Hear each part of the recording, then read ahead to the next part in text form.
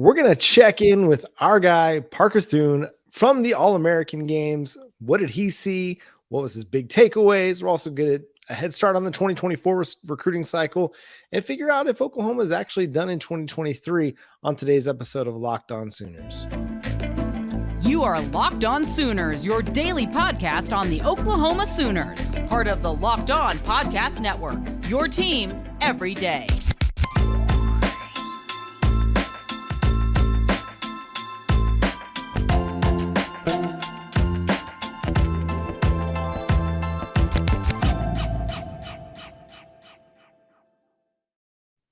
What's up, Sooner Nation? Welcome to Locked On Sooners, and thank you for making Locked On Sooners your first listen every single day. We're free and available on all podcast platforms and on YouTube. Go hit the subscribe button over there. Hit that notification bell to let you know when new episodes drop. My name is John Williams. You can follow me on Twitter at John9Williams. You can read my work covering the Sooners over at SoonersWire.com. My buddy here is Josh Helmer. You can follow him on Twitter at JoshOnRef. You can also hear him Monday through Friday from 9 to noon on 94.7 The Ref in Norman. And we're also going to bring in another good buddy of ours, Parker Thune of OUInsider at 247 Sports, also of 94.7 The Ref, with Steely and Thune at noon. Parker, what's up, man? Hey, how you fellas doing? Always a pleasure to jump on with you. Yeah, we're excited to hear from you, especially, you, Brandon, and a whole host of other OU media folks were out on the road covering some All-American games. And that's kind of where I want to start, because you got to see some OU signees up close and personal, both in Orlando and in San Antonio. And we can just start in Orlando and go chronologically here. What was kind of your big takeaway as you watched some of those guys perform? Because there was a whole host of guys down there, playing in that All-American games against some of the top competition, going through practice drills with those guys during the week, which I think to me is as much of an important kind of time to evaluate or watch these guys as it is in game time too. So just kind of initial takeaways from that and who really stood out to you. Yeah, well, certainly I think Jackson Arnold was arguably the most impressive player down there in Orlando. And there was little disagreement, little debate on that across. And, that's one of those events where you got scores of analysts from various networks, a lot of whom are seeing these players live for the very first time. And obviously, with as much as I'd seen of Jackson Arnold, it was kind of to be expected the weekend that he had in Orlando. So to me, though, the big takeaway was he's got a legit chemistry brewing with Jaquays Petaway. And that was really cool to see, because those two had never really gotten the chance to play together or practice together until the All-American game festivities, and really seemed like those two were clicking. So intrigued to see how that manifests itself in the Crimson and Cream. First opportunity for me to see Lewis Carter, and that dude's a dog. He's not very big, 6 feet if that, but man, muscular as all get out, flies to the football and arrives with some power. Make no mistake, that's a guy that you're going to be grateful to have in the linebacking core in the years to come if you're a Sooner fan. But I think the big takeaway from the weekend for me and for a lot of folks that were in attendance is, man, PJ Adebawore is going to be a problem when he gets to the University of Oklahoma. And you take a look at that defensive end room and how it's shaping up next year. You got R. Mason Thomas coming back. You got Ethan Downs fresh off a second-team All-Big 12 season. Reggie Grimes is back. Marcus Stripling presumably is back. You add to it the likes of Rondell Bothroyd and Trace Ford. And so there is plenty of quality depth right now at defensive end for Oklahoma. And even so, I wonder how long you're going to be able to keep PJ Adebawore off the field, because he's just a special talent, the likes of which Oklahoma does not have on the roster right now. When you talk about the physical tools, pushing 6'5", he's going to be in the neighborhood of 240, 250, I would say, by the time opening day rolls around in September. And the speed and the power is what really sets him apart, and what has enabled him to rise to the point where we sit here today, and he's a 5-star prospect with an opportunity within the final rankings update to rise into the national top 20 or even the top 15. And so obviously PJ is a guy that I was fortunate enough to get acquainted with pretty early on in the process, even before he had the offer from Oklahoma. So when you get to know him, get to know what drives him, get to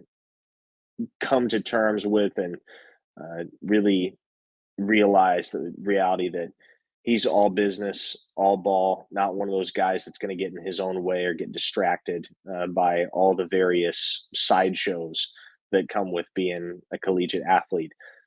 He said it himself after the All-American game. Look, I want to be the best defensive end that's ever played football at the University of Oklahoma. And yeah, that's a high bar, but I will say this. He has certainly got the physical tools to be that guy one day. It all comes down to whether he can stay healthy and whether he's properly developed. So what about San Antonio? What stood out from San Antonio? Yeah, well, I would say the Sooners had three of the most impressive individual performers there. Josh Bates broke his hand in the second quarter of that football game, so we didn't get to see a whole lot of him. But Makari Vickers was a guy that folks were raving about all weekend. The physical nature of the way that he plays the cornerback position is impressive. He's pretty big for a cornerback. Every inch is 6 feet. Muscular physique and unafraid to initiate contact at the line of scrimmage, get up in your face, make you get by him at the initial point of attack before you try and route him up. And so really liked what I saw from Makari Vickers, very much liked what I saw from Josiah Wagner as well, who's not a big guy, 5'10", 170, 175.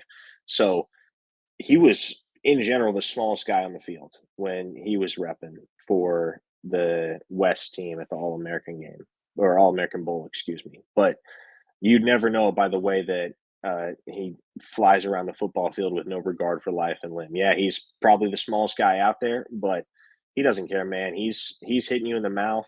He's going to lay it on you every single snap. And when he's coming downhill, and much like Lewis Carter, it's a guy that regardless of how big he is, or rather how small he is relative to a lot of the guys that he's sharing the field with, he's going to arrive with some pop and he's going to arrive with some power at the point of contact. And so my first chance to see Josiah Wagner live, really liked what I saw from him. And a guy that I've seen quite a bit of to this point was Samuel Masigo, the 4-star linebacker out of Crandall, Texas. I will say he is perhaps the most physically ready player that I witnessed at the All-American Bowl in San Antonio. All-American Bowl, not All-American. Oh man, the last 2 weeks has my brain in all kinds of knots, getting those two games confused. But when you, especially when you limit that query to the linebacker position, and you took stock of the linebackers that were there. I'll be honest, Cecilia Kana, whom the Sooners were doing battle with Texas for the longest time going into the early signing period. He showed up, it was barely 200 pounds, and still has that athletic build, still was moving plenty well, but it really looked undersized, really looked like a guy that's going to need some time in the weight room once he arrives on campus before he's ready to compete. Samuel Masigo, to be honest with you, it looks like a guy that can show up and instantly play Power 5 football. And looks like a guy where if you told me he was a sophomore or junior in college and had already been in a collegiate strength and conditioning program for a couple of years, I'd be inclined to believe it. Chiseled physique, 210, 215 pounds of just pure muscle, man. There is no bad weight on his body. And one thing that really stood out to my coworkers as well that were in attendance there, and a lot of the folks that I got the chance to witness the game on the sidelines alongside was, his team's just getting buried. That game was not close. The East prevailed over the West, 55-17. But yet, even as that game is well in hand, and even as his team's taking a pounding, and even as the motivation to stay on the field is diminishing with each snap, Samuel Masigo continues to pursue the ball with 100% fervor on every single snap. And so it's that love for the game, that work ethic, just the love of football that has always stood out to me about Samuel Masigo, but that really manifests itself in a way that I don't think I'd seen from him quite yet, at least to that extent, down in San Antonio. So all told, I think among the Sooners 11 signees that participated in the All-American games these past couple of weeks, and this is not just me talking, I feel as though anybody in the industry would concur with this.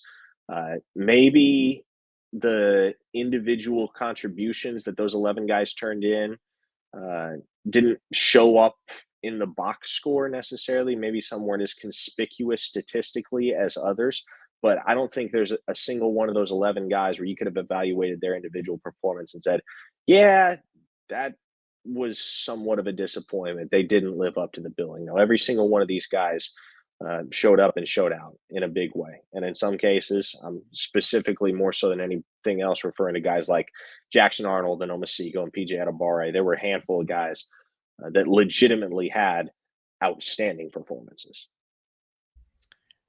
And one guy that isn't going to show up in the box score, but definitely stood out and was kind of making some waves on the social media side was Caden Green, just his ability to just play with physicality. So that's an intriguing prospect to watch as he, he's an early enrollee for Oklahoma, right? That's right. And all these guys are showing up this weekend, the 14th of January. And yeah, you mentioned Caden Green, another guy that, I feel he's much like Jacob Sexton, where maybe the plan isn't to have to play him right away. Maybe that's not in your best laid plans at the University of Oklahoma. But if you needed that guy to step in and play offensive line in year one, he'd be more than capable of doing it. And he did have a good week, had some ups and downs throughout the practice sessions. But when they actually hit the field in a game environment down in Orlando, Caden Green, there was nobody that was getting by him. And I think some of that had to do with the fact that it was his guy that he was protecting in Jackson Arnold. And that's Caden for you, man. Like when he's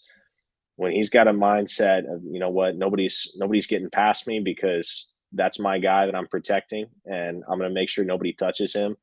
And he's a force to be reckoned with. The blessing and the curse, Parker. The beautiful thing of sports is, hey, the early signing period, that's great. We love this class. We love these signees. What's next, right? That's what everybody wants to know. The blessing and the curse of recruiting and sports in general. What's next? So we'll talk a little bit about that in just a moment. First, betonline.net. They bring us this episode in part of Locked On Sooners.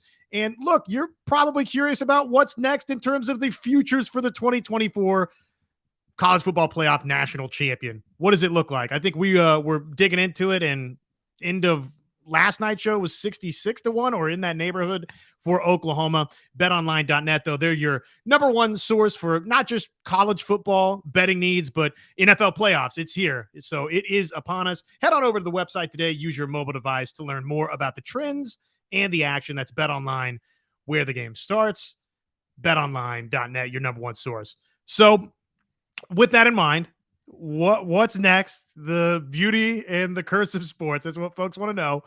This 2023 cycle, we've seen obviously Oklahoma be very active transfer portal wise. Is this 2023 class done? Is there anything that fans should have on their radar for February for Oklahoma? No, not really. It seems as we sit here tonight, at this point, looks like Oklahoma's going to add another offensive lineman and another wide receiver via the transfer portal, and that's pretty much it.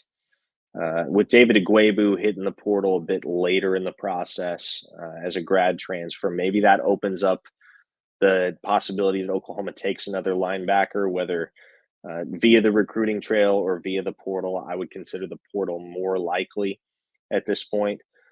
But not really anything right now that you look at heading into the February signing period as the potential late addition for Oklahoma's recruiting class. I think the 25 guys that you got in the boat right now are going to be the 25 guys that comprise Brent Venables' first true recruiting class as Oklahoma's head coach. Speaking of the portal, before we move on to the 2024 recruiting class, who's the guy that's kind of like you're the most excited Oklahoma landed in the transfer portal and you're most excited to see on the football field this year? Well, I think the obvious answer is Deshaun McCullough, right? Just because that's legitimately a player that everybody in the nation would have made room for and taken.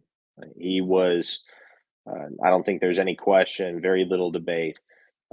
At any position in this transfer portal cycle, he was probably one of the top 10 guys available. And the fact that Oklahoma ended up securing his services is massive because he is an immediate answer at a position of need when you look at the Cheetah and come to terms with the reality that Deshaun White's not coming back, and you need somebody that you can plug and play there, somebody with experience and somebody with a very high ceiling.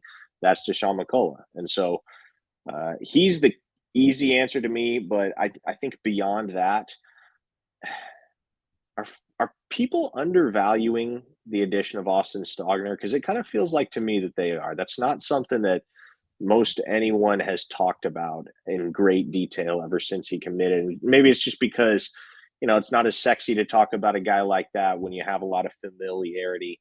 And he's already spent 3 seasons at the University of Oklahoma. And so maybe everybody's just kind of taking it for granted that, he slides right back into the offense where he used to fit. You don't really have to give it a second thought. But no, man, I think as the clear number one option at the tight end position in this offense heading into 2023, people need to understand from a physical standpoint, Austin Stogner's got one of the highest ceilings at that position of any player in America. And you haven't really seen it for a variety of reasons over the years. Injuries came into play.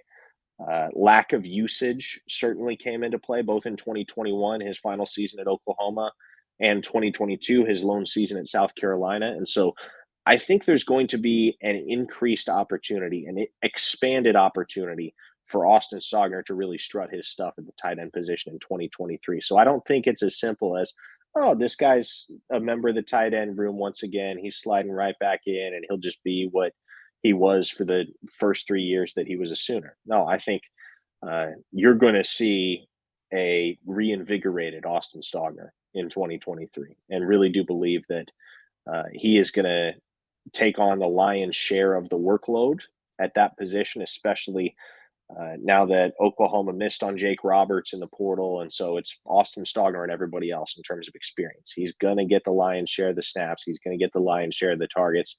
And I'm really eager to see what he does with it, because I think the potential is off the charts, assuming he's 100% healthy. And I don't have any reason to believe otherwise.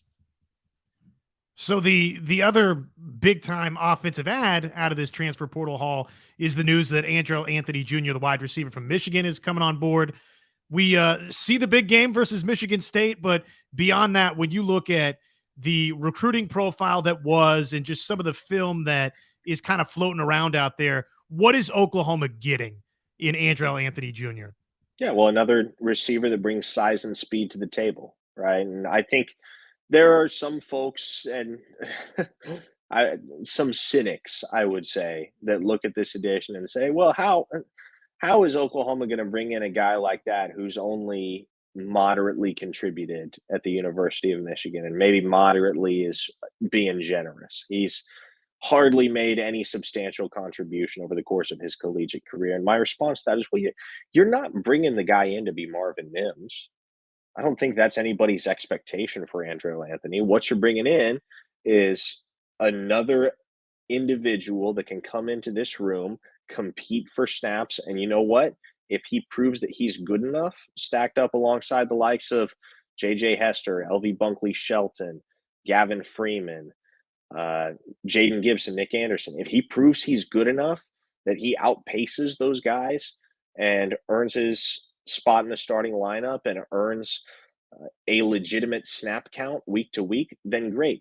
If not, somebody will step up. And that's the beauty of strength in numbers, which is what Oklahoma has right now in the receiving core. Jalil Farouk and Drake Stoops are your two most proven commodities. I am bullish on Nick Anderson heading into 2023. I think he's going to take a quantum leap in terms of production. And then you throw in the other guys I mentioned, Hester, L.V. Bunkley Shelton, Jaden Gibson, DJ Graham comes to the room on a full-time basis.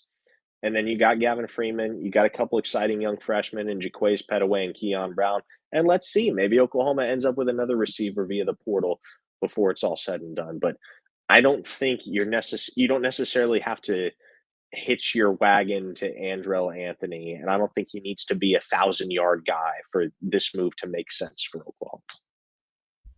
Yeah, because they were able to make things work with, Marvin Mims and then a rotation of dudes on the opposite side of Marvin Mims. Mostly it was Jalil Farouk, but you also got some Theo Weiss.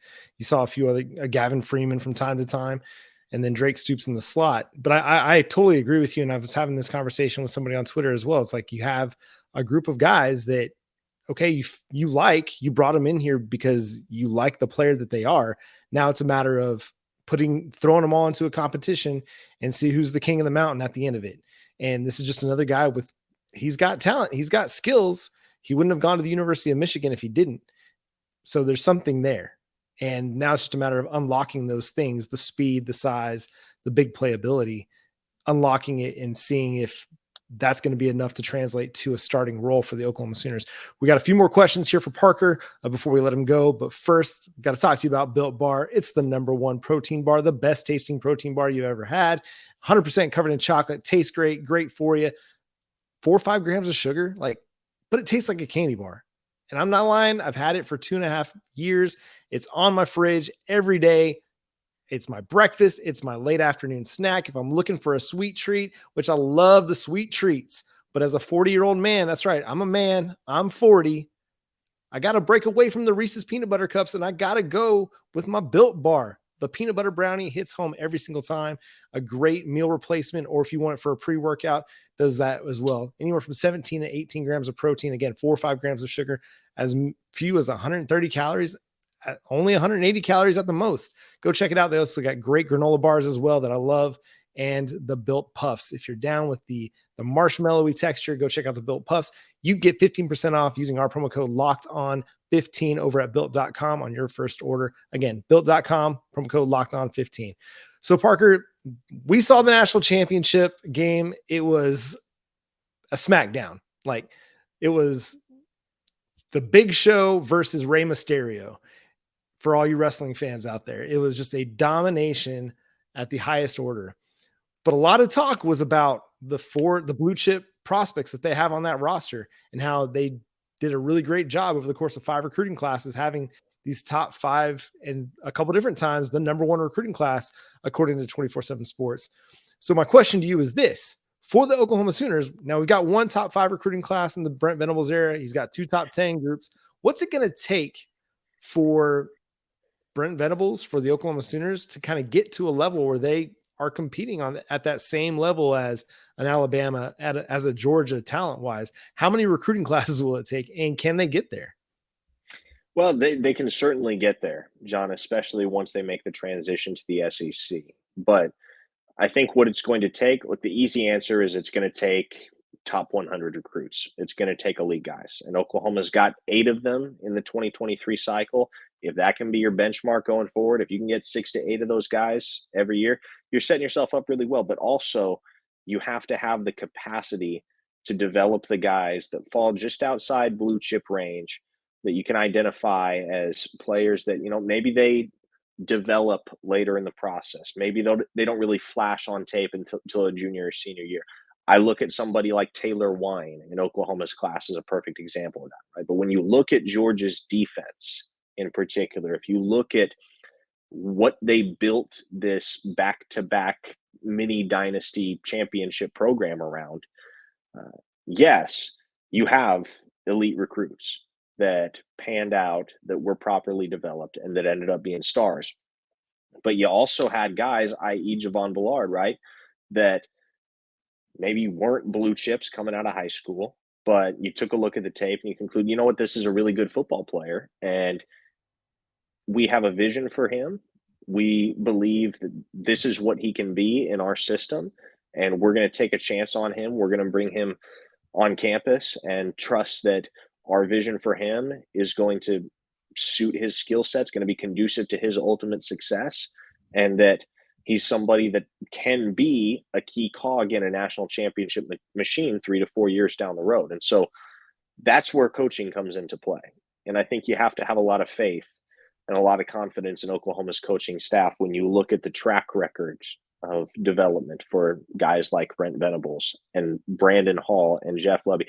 On Brandon Hall, as far as he's concerned, if you didn't get a chance to watch Troy in 2022, you didn't get a chance to watch Troy's defense this past year. They had statistically one of the best defenses in all of college football.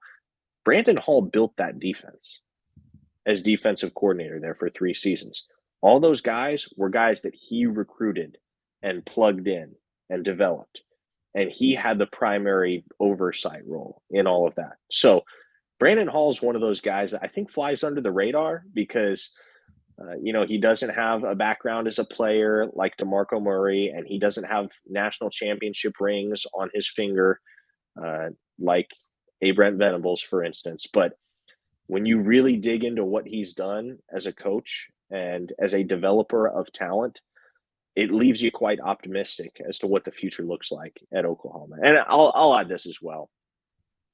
Nobody was on Georgia's level in 2022. Nobody. And Ohio State was close. Michigan was close. I think TCU was a lot closer than 65-7 would indicate. But Georgia's in a league of their own right now in college football. And to me, they've taken Alabama's spot on the pedestal as the premier program across the country. And now the question becomes, okay, can you catch them? Is there another program out there right now, save for Alabama, which is always going to be right there with Georgia, neck and neck, and as long as Nick Saban is head coach there.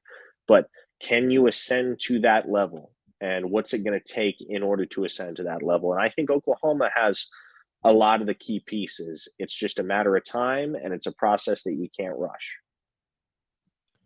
So we saw Javonte Barnes be one of the best backs on this roster. Obviously, Eric Gray had an incredible season, but Javonte Barnes was right there as your number 2 back. I think everybody came away and said, okay, wow, Gavin Sawchuk might be that dude. So we've seen each of those 2 guys really impact things here early at Oklahoma.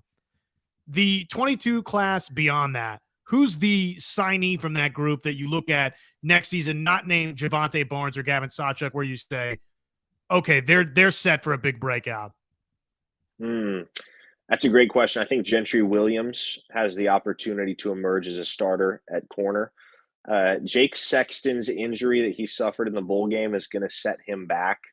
But I think if he is ready for fall camp, which isn't given right now, but if he is ready for fall camp and he is 100% recovered and that timetable does accelerate a little bit, or he's able to hit the earlier portion of that recovery timetable more so than the later portion, then that's a guy that I would expect to be in the mix to start and that I would favor to start on the offensive line next year if and when he is fully recovered. And then again, I go back to Nick Anderson. And I know people didn't get the chance to see a whole lot of him this year, and that was in large part due to the injury that kept him off the field for the majority of the fall. There's been a lot of buzz about Jaden Gibson, and deservedly so. But make no mistake, Nick Anderson's just as good. Every bit as good. And I am on record and have been for a few weeks now predicting that that dude is going to be one of the legit breakout guys for Oklahoma in 2023. I fully believe that. And so turning the page to 2023, that signing class, you mentioned Samuel, you mentioned Caden Green. Is there another guy, maybe even Lewis Carter? Is there another guy that you think could end up having an impact as a true freshman in 2023? That's a good question. My thing is, I don't necessarily think the design is for any of these guys to be impact contributors right off the bat. I think if you have solid play on both sides of the football and you're confident in what you're rolling out there defensively and your offense is able to effectively move the ball in the absence of some of these true freshmen, then great, because you know what? It puts their timetable where it probably needs to be. You don't have to rush anybody along any faster than they're ready and willing to go. But that said, I do think there are certain members of this class that are going to be too good to keep off the field in year one. And I point to PJ Adebawore as the guy that probably tops that list for me. I think you will see him quite a bit on the field this coming fall. I would say the same about Peyton Bowen. You know, it's on the one hand, it's super easy to point to the 2 5-stars and say, hey, those guys are going to play early. But that's the way it is, man. Those two are special athletes. And yes, the Sooners are very deep at safety. Yes, they're very deep on the defensive line. I'm not convinced it matters because they're good enough that they're going to play.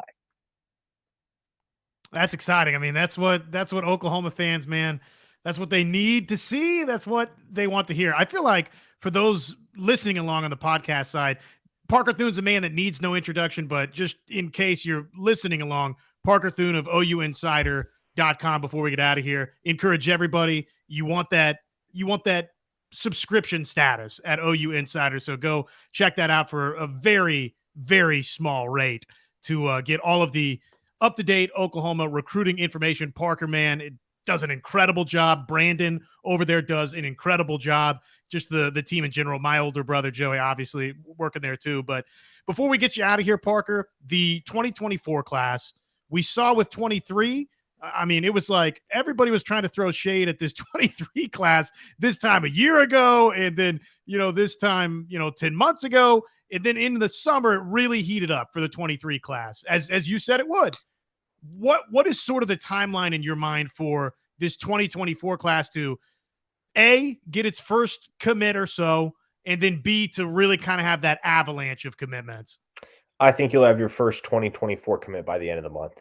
I really do. And you have Michael Hawkins' announcement set for January 31st.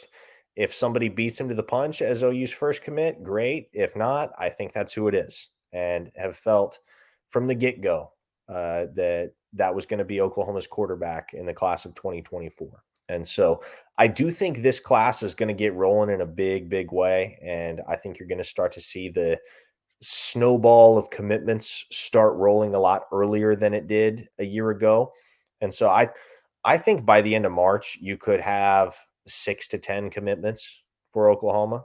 I think once you get the first couple guys in the boat, it's really going to start rolling, and it'll get rolling pretty quick, especially, and I know I've mentioned this before on the podcast with you guys, when you look at that northeast side of Dallas, there are a lot of guys that know each other very well and that play within the same vicinity, in some cases within the same district, that all have a lot of heavy interest in Oklahoma. Michael Hawkins, Xavier Filsaime, Brian Jackson, Nigel Smith, Peyton Pierce, Aaron Flowers, Eli Bowen, Peyton's younger brother. So, yeah, there are some names in this class among the guys that Oklahoma is currently pursuing that could commit early in the process to help get that ball rolling for the Sooners. And I think the sooner you lock in your quarterback, and like I said, there's a very good chance the Sooners are able to do that by the end of the month. The sooner you lock in your quarterback, the better off you are when it comes to building those peer-to-peer relationships and being able to peer recruit effectively, because in some cases, your most effective recruiters are your commits. And naturally, this is just the way it is.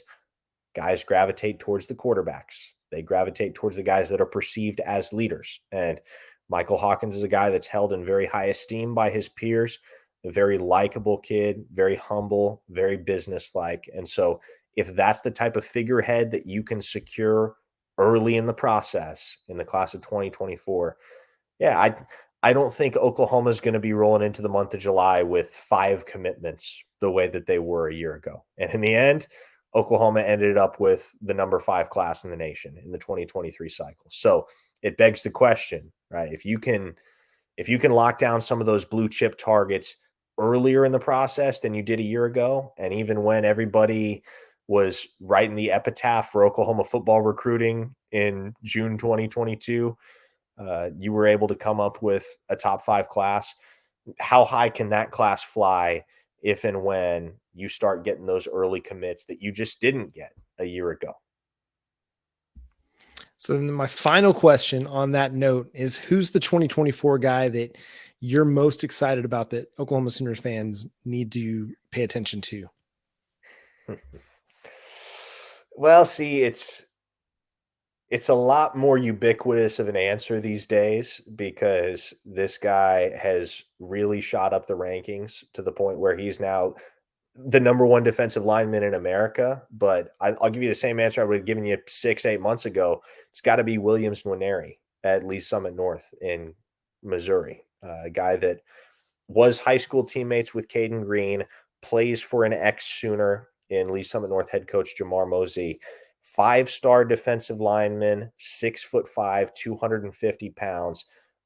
That's a unicorn type of player in this class. You turn on the tape, guys shouldn't be able to move like he does at his size. And there's a reason why he's gone from being a borderline top 250 guy this past spring to cracking the top 100 by the fall to now being the number 3 player in America per the 24/7 Sports recruiting rankings and the number 1 defensive lineman, even ahead of a guy in David Stone, whom Oklahoma fans are more than likely quite familiar with, and that is a dynamo in his own right. So when I look at what OU has the potential to reel in on the defensive line in this class, you're talking about names like David Stone and Williams Nwaneri and Nigel Smith and Zadavian Sims, and maybe somebody like Logan Thomas, a recent offer that lit it up at the All-American game combine event for underclassmen. So defensive line in particular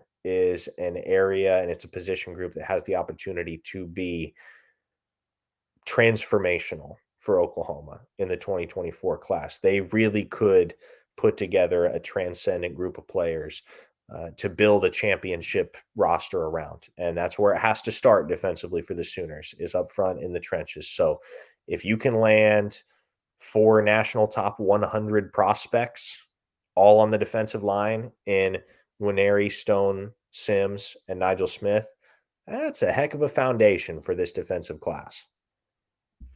And we're going to end on that note, because I mean, what better way to end than a hopeful note to build something that Georgia's got, a top flight defensive front that makes life easier for everybody else. So make sure y'all go check out Parker's work at OUinsider.com. Also follow him on Twitter at Parker Thune. Live show is still on what night, Parker? It's going to be on Wednesdays. We've taken the last couple of weeks off due to travel schedules, but throughout the off season, it should still be on Wednesday evenings on the OU Insider YouTube channel. Yep. So go subscribe to the OU Insider YouTube channel there. Make sure you're aware of the live shows over there. Follow Parker on Twitter. Always great content, insight, and go subscribe to OU Insider. I'm a subscriber. I go read Parker's work. I read all those guys because they just provide really, really great insight. It's always good to learn from people. So it's good time. So go check it out over there. Subscribe to Locked On Sooners, wherever you get your podcasts. We're free and available on all podcast platforms and on YouTube. Hit the subscribe button over there. Hit that notification bell to let you know when new episodes drop. Follow the show on Twitter at Locked On Sooners and on Facebook, Locked On Sooners Podcast. You can follow Parker at Parker Thune, Josh at Josh on Ref, myself at John 9 Williams, where we can talk all sorts of things. NFL playoffs. You can get involved in my Dak versus Jalen debate that's happening right now on Twitter. If you are into that sort of thing, I'll debate with you on that. But, baseball's right around the corner, so we can debate that too, because the Royals suck and the Rangers, we're trying to do something. And the Cardinals, we hate those guys. So, but that's beside the point. But until next time, again, thanks again to Parker, Josh. I'm John Williams, Boomer Sooner.